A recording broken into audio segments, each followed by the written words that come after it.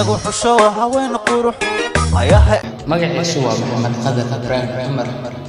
balse dadku waxay si naxariis leh ugu yaqaanaan ama ugu yeeraan Qadar Kayo waa faraan Soomaaliyeed isla markaana fanka Soomaalida meel sare ka gaaray isagoo kuma eka fanaan oo kaliya xitaa wuxuu ku darsaday inuu yahay dhiirigeliye bulshadiisa dhiirigeliya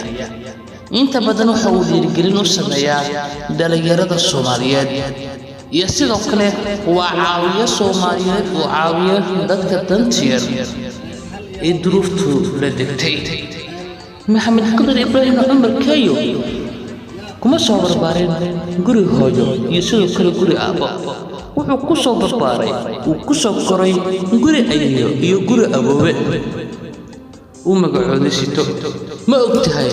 in Qadar Kayo magaca Ibrahim Cumar inuusan ahayn aabaha saxda ah ee dhalay Qadar Ibrahim Cumar Kayo uu yahay awoowgii isaga soo koriyay fay cali booleyna inay tahay ayeeyadii isaga soo korisay misna u buuxisay booska hooyo haddaba in badan waxay bulshadu isweydiiyaan Qadar Kayo waa shakhsi noocee ah Qadar Kayo waa shakhsi ilaahay ku manastay doola cadayn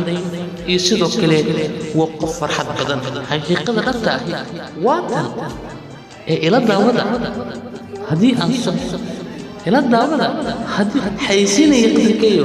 waa kan ay ila daawada janalka dahab ina gaad faysina idin sii dhalinyaro advice kaaga muxuu hadda inaa quleysato baxayd maxaa kaloo ku sii rajidheer inaa wax baratid ama aad dhaafto maxaa ku sii dheer oo kale wax kaloo aasmis ma jira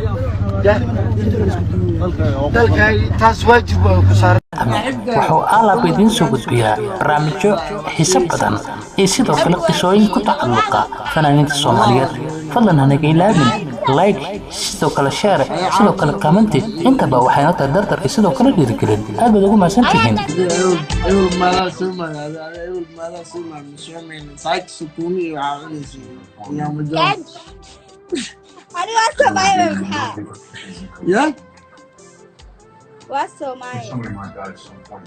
Walaadii Sony isma aragtiin